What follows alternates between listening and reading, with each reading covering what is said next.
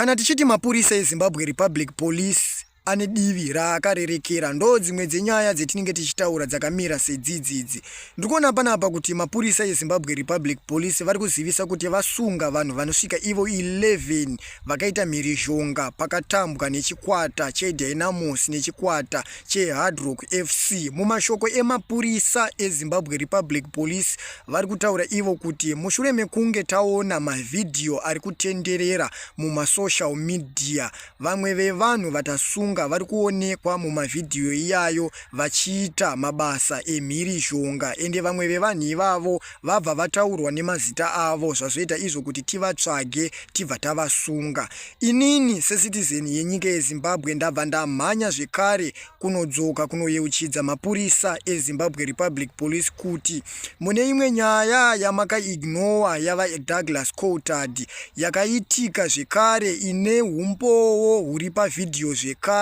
ende munhu akaita nyaya iyoyo inhengo yeZanu-PF inozikanwa zita rake Makapiwa, asi hatina kuona muchishambadza kana kuti muchitera nyaya iyoyo kuti munosunga munhu wacho yeye, ende munhu wacho yeye kwaanogara munokuziva munhu wacho anogara achionekwa, asi nekuda kwekuti munhu iyeye anosapota hurumende iri kutonga kana kuti anosapota hurumende yemashefu enyu, muri kutsika-tsika nyaya yacho. Ende nyaya yacho tikada kutarisa tinoona kuti kubva zvayakaitika kusvika patiri nhasi patova nemwedzi wese, zvikureva izvo kuti mapurisa eZimbabwe Republic Police mune divi ramakarerekera, because kana muchisunga vanhu muchidaidzira kuti taona umbowo pavhidhiyo, ko vhidhiyo ranyaya yava Douglas Coulthard ramakaratidzwa kana kuti ramakaona mumasocial media platforms, why makariblutika, why makaignora? Ende vaDouglas Coulthard vakazouya zvekare